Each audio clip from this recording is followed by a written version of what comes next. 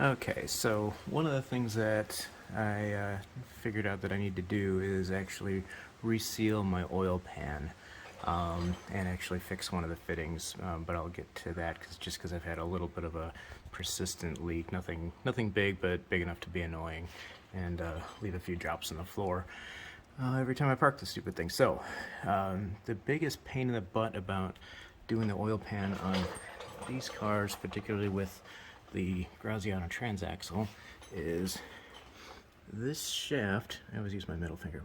This shaft right here, which you can barely see, is the front wheel drive shaft for the all-wheel drive Gyarados and R8 that this thing was originally installed in, which of course isn't used in this thing, but it sticks out just enough to block access to the oil pan bolt, which I've actually removed. So you have to loosen up the transaxle, which I've already done, the nuts that I've got on the studs here, enough to slide the transaxle back. It's about, I don't know, 3/8 of an inch or so back, enough to get clearance to get to the bolt. So I've got that out now, and the pan is all loose and disconnected. And the other pain in the butt is because of how the cross member is mounted in these things. Basically, you have to remove the cross member in order to drop the oil pan down because you have virtually no clearance. So what I decided to do is I'm going to notch out the cross member and put bolt in a center section there that's removable. So for whenever I need to remove the oil pan in the future. Of course, once I do that, I'll probably never need to take it out again. But what the heck, I'll just do that anyway. So that's what I'm doing right now. I've got the cross member marked to cut out, and we'll do that in a second. Okay, so the pan is off. I've got the front of the motor supported with a jack and a 2x4, and that's what the bottom end of my motor looks like. So in case you're interested, there's the pans down here draining out, and I'll have to clean that off before I reseal it. So got the cross member sections cut out, and what I did was cut out a couple square pieces of 1/8 inch steel that I'm just going to weld in there just to box it up and provide some more support when the bolts go through. So that's next. The oil pan is off, cleaned up, and I went through with some soap and soapy water and the air gun around the different welds and everything, just to make sure that it wasn't leaking anywhere there and everything was good. So now I am going to try to repair these the AN fittings. So what had happened was when I installed the thing, I nicked the fitting.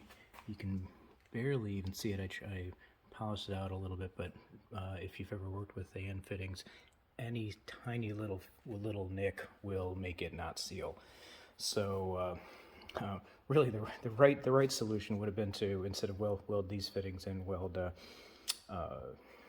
O-ring fittings, because then obviously they seal up more consistently, but whatever.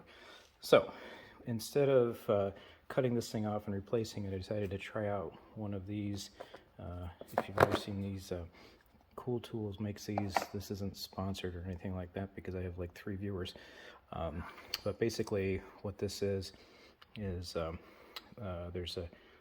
some fine burrs on this insert here that clean up the fitting, basically effectively remachine it. And I'm trying to do this with one hand. This guy basically threads right over the fitting. Hopefully it'll clear that, and then you use this guy to then polish off the fitting and make it seal again. So that's what I'm going to try right now. We'll see what happens. So I used my poor man's machining die on the surface of the fitting. That way, as you start taking material off, I'll be able to see when it's fully smooth. So go ahead and put that guy on.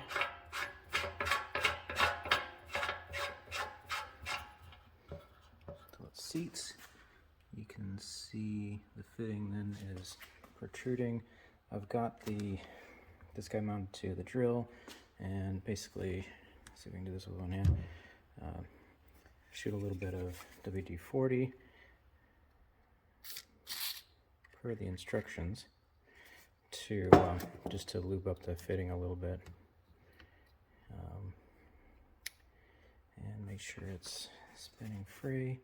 So basically what you're supposed to do is just run this, run it for a few seconds, for a few times, check it, keep doing it again. Basically you don't want it to get too hot, especially with aluminum, because then it'll just gall up the surface in here. So just keep on doing it a little bit until it is, I don't know if I'm going to be able to do this with one hand.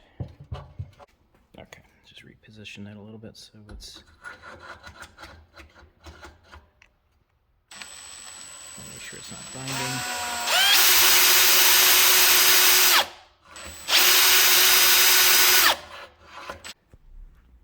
Okay, so I'm finally done fixing these fittings, and I would say overall I'm very happy with how they turned out, at least looks wise. I mean, obviously the proof will be when I get it installed back on and run it a bit and make sure that it's not leaking. But just looking at the quality of the finish, I actually went ahead and did this after I saw how good that one turned out. I did this one, and you can tell the one that I didn't do, just surface irregularities and things like that. This one actually has an O-ring fitting because of the type of fitting that I've got on there, so it doesn't actually use that seal anyway. But anyway, so we'll see how they actually work. In terms of the tool, wherever it went, put it away already. So that's what it is. So I guess pros and cons. Pros, like, seems to have worked, but again, we'll find out. And obviously saves the trouble of having to cut off and re-weld fittings. Cons, $80, so it's pretty expensive. And you can, they're one size per tool. You can get a set of them for like $200 or something like that for like 4. And it took quite a while. It took me probably a good half hour to do each one, being extra cautious so I didn't gall up the thing. So, but I don't know. In this case, it seems to have worked out pretty well, but we'll find out. So now, going to reseal the gasket and get that back up on there. Okay, so I have the oil pan and the new cross brace back in. So as you can see, I bolted in just an angle 1/8 inch steel between the cutoffs there, so I can access the bolts if I need to. Have all the connections back up, transaxle bolted back in. So now I ran it a couple times to see if it's leaking, and it looks like it's doing okay. So hopefully that's done. And now I'm on to actually covering up a couple of the underbody sections.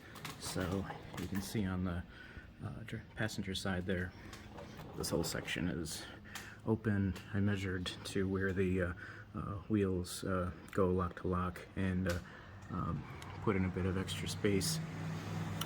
So just made these, I think they're 1/32, if I remember correctly, aluminum panels, just to block out the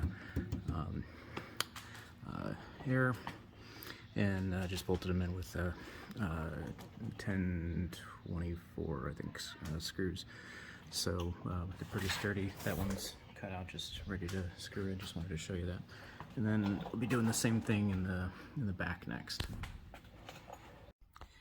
Okay, so got all of the underbody closeout panels done. So really lightweight stuff that it obviously doesn't need to protect against a whole heck of a lot. It's really just to smooth out the airflow. So in the front, this whole section over here is basically open, so it just closes that out a bit. And back to the rear. So obviously from here back, that's all new.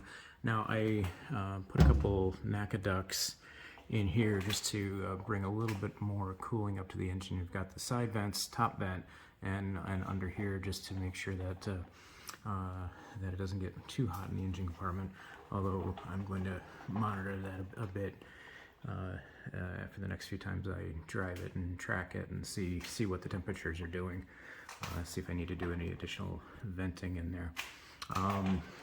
So one panel under the engine, and the side panels under here, and then this last section underneath basically the front of the transaxle. At some point, I'll put a diffuser, or fabricate a diffuser, but that's down the road. I'll do that a bit later. So anyway, just wanted to share that. Now it's got a nearly full, or basically full, underbody tray.